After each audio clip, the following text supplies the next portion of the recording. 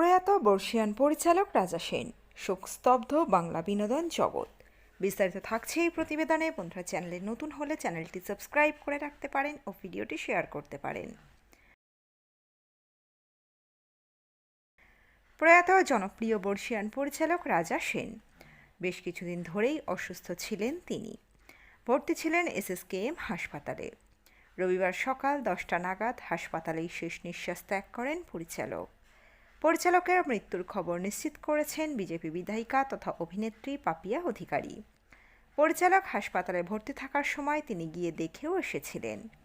জানা গিয়েছে, বয়সের কারণ তো বটেই, তাছাড়া বছরখানেক আগে মায়ামৃদঙ্গ ছবির শুটিং সেটে পড়ে গিয়ে চোট পান পরিচালক। তারপর থেকে হাঁটতে অসুবিধা হচ্ছিল, কিন্তু সম্প্রতি হঠাৎ পরপর দুবার হৃদরোগে আক্রান্ত হন তিনি। SSKM হাসপাতালে ভর্তি ছিলেন পরিচালক, ছিলেন ভেন্টিলেশনে, অবস্থা সংকটজনক ছিল। পাপিয়া অধিকারী এক সংবাদ মাধ্যমকে জানিয়েছেন যে ধীরে ধীরে একাধিক অঙ্গ বিকল হচ্ছিল তার। চিকিৎসকেরা খুবই চেষ্টা করেছেন, কিন্তু শেষ রক্ষা হলো না। প্রয়াত পরিচালকের স্ত্রী অভিনেত্রী পাপিয়া সেন জানিয়েছেন, তার ভাসুর এসেছেন মুম্বাই থেকে, তার দাদা রয়েছেন। পরিচালকের ছোট মেয়ে থাকলেও বড় মেয়ে জার্মানিতে থাকেন। বাবাকে হাসপাতালে ভর্তি করে দিয়ে সদ্যই ফিরেছেন বড় মেয়ে। এখনই আসতে পারবেন না বলে জানান পরিচালকের স্ত্রী। চলতি বছরের গোড়াতেই হাসপাতালে ভর্তি হতে হয়েছিল রাজা সেনকে। তখন অস্ত্রোপচারও হয়েছিল তাঁর। 10 বছর আগেকার এক সমস্যা সে সময় বড় আকারে থাবা বসায় পরিচালকের শরীরে। পড়ে যাওয়ার পর কোমরে মারাত্মক চোট পেলেও প্রথমে তাতে বিশেষ পাত্তা দেননি, কিন্তু অবহেলার কারণেই মাশুল গুনতে হয় পরবর্তীকালে। প্রসঙ্গত, বাঙালির রূপলী পর্দা ও টেলিভিশনের আঙিনায় এক যুগের অবসান। রঙিন দুনিয়ায় পা রাখার আগে দূরদর্শনের পর্দায় তাঁর পরিচালনায় তাক লাগিয়ে দিয়েছিল একের পর এক সফল টেলিভিশন ধারাবাহিক দিয়ে। 1997 সালে তাঁর পরিচালিত ধারাবাহিক সুবর্ণলতা দূরদর্শনে বিপুল জনপ্রিয়তা অর্জন করেছিল। শুধু তাই নয়, তথ্যচিত্র বা প্রামাণ্যচিত্র নির্মাণেও তাঁর দক্ষতা ছিল অনবদ্য। 1992 সালে প্রখ্যাত সঙ্গীতশিল্পী সুচিত্রা মিত্রের ওপর নির্মিত তাঁর প্রামাণ্যচিত্রের জন্যই তিনি তার জীবনের প্রথম জাতীয় চলচ্চিত্র পুরস্কার অর্জন করেছিলেন। 1996 সালে বাংলা ছবি দামুর মাধ্যমে পূর্ণদৈর্ঘ্য কাহিনী চিত্রের পরিচালনায় আত্মপ্রকাশ করেন তিনি। এক গ্রাম্য সরল মানুষের সঙ্গে একটি হাতির বন্ধুত্বের পটভূমিতে তৈরি এই ছবি জাতীয় স্তরে ব্যাপক সমাদৃত হয় এবং 1996 সালে শ্রেষ্ঠ শিশু চলচ্চিত্র হিসাবে স্বর্ণকমল লাভ করে। রাজা সেনের হাত ধরে বাংলা দর্শক পেয়েছে একের পর এক কালোজয়ী ও মননশীল চলচ্চিত্র। তার উল্লেখযোগ্য কাজের তালিকার মধ্যে রয়েছে দামু, আত্মীয় স্বজন, দেশ, দেবীপক্ষ, কৃষ্ণকান্তের উইল, ল্যাবরেটরি। পরিচালকের প্রয়াণের খবর ছড়িয়ে পড়তেই টলিউডে নেমে এসেছে শোকের ছায়া। মৃত্যুর খবর নিশ্চিত হওয়ার আগে পর্যন্ত জানা গিয়েছিল পরিচালক রাজা সেন গুরুতর অসুস্থ হয়ে কলকাতার SSKM হাসপাতালে চিকিৎসাধীন।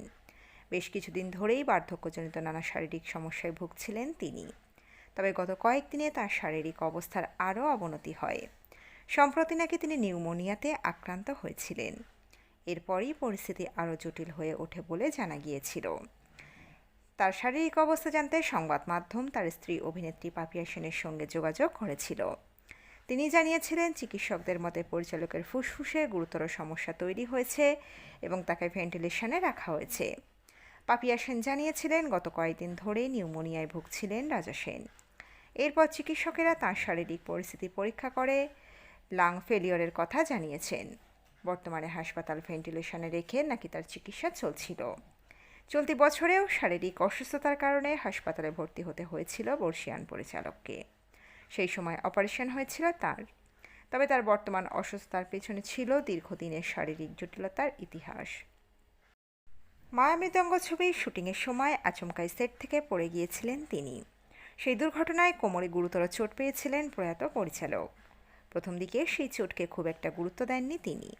পরে সেই চোটই মারাত্মক আকার ধারণ করে। পরবর্তীকালে অবহেলার প্রভাব তার শরীরে আরও স্পষ্ট হয়ে ওঠে। গত 6 থেকে 7 বছর ধরে হাঁটাচলায় সমস্যা তৈরি হয়েছিল তার।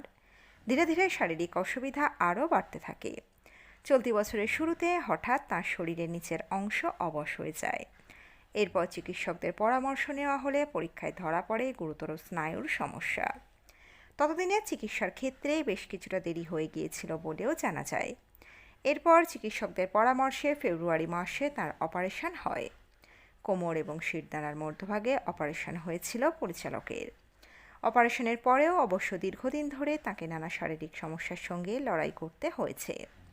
এরই মধ্যে চলতি সময়ে নিউমোনিয়ায় আক্রান্ত হওয়ায় তাঁর শারীরিক অবস্থা আরও সংকটজনক হয়ে ওঠে। চিকিৎসকেরা লাং ফেলিওরের কথা জানান এবং বর্তমানে ভেন্টিলেশনে রেখেই চিকিৎসা চলছিল তাঁর। তার শারীরিক পরিস্থিতি নিয়ে স্বাভাবিকভাবেই উদ্বিগ্ন ছিল পরিবার এবং অনুরাগীরা। প্রসঙ্গত, রাজা সেনের অসুস্থতার খবর পেয়ে তাঁকে দেখতে গিয়েছিলেন বিধায়িকা তথা অভিনেত্রী পাপিয়া অধিকারী। গত শুক্রবার তিনি এসএসকেএম হাসপাতালে গিয়ে বর্ষিয়ান পরিচালকের সঙ্গে দেখাও করেন। পাপিয়া অধিকারী এবং প্রয়াত পরিচালকের স্ত্রী অভিনেত্রী তিনিও তার মৃত্যুর খবরটি নিশ্চিত করেছেন। সবশেষে আমরা প্রয়াত পরিচালকের আত্মার শান্তি কামনা করি। তো বন্ধুরা, এই আপডেটে ছিল এতটুকুই। দ্রুত ফিরে আসছি এরকমই নতুন কোনো আপডেট নিয়ে। অজানা গল্প চ্যানেলের সঙ্গে থাকার জন্য সকল দর্শক বন্ধুকে অসংখ্য ধন্যবাদ।